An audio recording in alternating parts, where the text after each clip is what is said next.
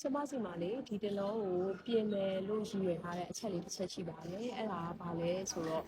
ကိုစကားပြောတဲ့အခါမှာဒီတလုံးကလည်းကျမစကားပြောတာနဲ့ပတ်သက်ပြီးတော့ topic လေးပြီးပြောနေရပေါ့နော်အဲ့ဒီအချိန်မှာကိုပြန်ကြည့်တဲ့အခါမှာကိုဘာကိုလိုအပ်လဲဘာလေးပြင်လိုက်ရင်ပိုကောင်းမလဲဆိုပြီးတော့လည်းတွေးပြတယ်အဲ့တော့ကျမပြင်စရာအချက်တစ်ချက်လေးတော့တွေးမိတယ်ပေါ့နော်အဓိကတော့ကျမတို့အခုနောက်ပိုင်းဆိုဒီဖုန်းတွေဒီ digital နဲ့ပတ်သက်တဲ့အရာတွေကိုကျမတို့အများနဲ့ daily သုံးနေရတယ်ကျမဆိုဒီတလောဖုန်းကိုတော်တော်လေးကိုသုံးပြတဲ့နေမှာပါတယ်ဒါကလေးကျတော့ညဘက်ကျရင်အော်ငါမျက်လုံးလေးနည်းနည်းနာတယ်လို့တော့ထည့်ရတယ်အဲ့ဒါပြန်ကြည့်လိုက်တော့ဒီဖုန်းကိုသုံးတာအများများလို့ပေါ့ဒီ TikTok သုံးပြီးတဲ့နောက်မှာလည်းဖုန်းကိုတာမန်တက်ကိုပို့ပြီးတော့ကျမတို့သုံးလာရတယ်သုံးလာရတော့လေအဓိကတော့ကိုချစ်တဲ့ခင်တဲ့လူတွေနဲ့စကားပြောတဲ့အခါမှာကျမဆိုဖုန်းသုံးနေတယ်သုံးနေရင်းနဲ့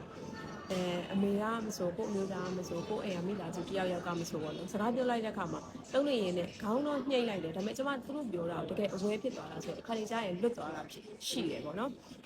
ပြီးတော့အဲ့ဒီအချက်လေးကိုကျမပြင်ဖို့လုပ်နေတယ်စူးစမ်းနေတယ်လောလောဆယ်လေးဘာလို့လဲဆိုတော့ဒါကလေတစ်ဖက်လူကကိုယ်စကားလာပြောတဲ့အခါမှာလေကိုကအာယုံအပြည့်အဝသူ့ကိုပြန်မဆိုင်ပင်နဲ့သူ့ကိုမျက်လုံးကြည့်ပြီးတော့သူ့စကားပြောတာကိုလက်ခံပြီးတော့ပြောရမယ်အချိန်မှာပေါ့နော်ကျမတို့ကအဲ့လိုမလုပ်လိုက်ပဲနဲ့ဒီဖုန်းကိုပဲမျက်စိကြည့်နေတယ်ဟုတ်တယ်အဲ့လိုကောင်းနေလိုက်တာတစ်ဖက်လူအနေနဲ့ကြည့်ရင်တော်တော်လေးကိုခံရခက်မဲ့ကိစ္စပေါ့နော်ကျမဆိုရင်လည်းကိုချင်းစားတယ်ကိုကိုအဲ့လိုလာလို့လာလို့ရင်ကိုကြိုက်မှာမဟုတ်ဘူးเนาะအဲ့ရောဒီအချင်းလေးကိုပြင်မယ်အဲ့လိုပဲကျမတို့ဒီအပြင်မှာတရားရောက်တဲ့စကားပြောနေတာဝိုင်းတော့ဝိုင်းနဲ့ဒီကျမတို့ထမင်းတူတော့စားကြတယ်မနေ့စာတူတော့စားကြတယ်အဲ့လိုဝိုင်းနေမှာဆိုရင်စကားပြောနေရင်ကိုယ့်ပုံကိုကမသိပဲနဲ့တစ်ချက်ကြည့်လိုက်တယ် note ရေးဝင်လို့တစ်ချက်ကြည့်လိုက်တာ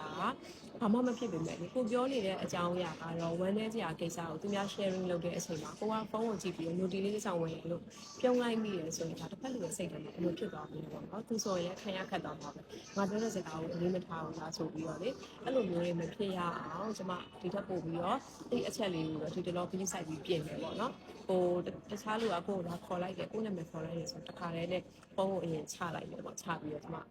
full respect ပြန်ပေးမယ် full attention ပြန်ပေးမယ်အဲ့လိုမျိုးလေးကိုပြင်ဖို့စူးစမ်းထားပါတယ်ဒါလေးကတော့ဒီနေ့ကိုကြည့်ပြီးတော့ sharing လုပ်ပေးတဲ့အချက်လေးပါကျေးဇူးအများကြီးတင်ပါတယ်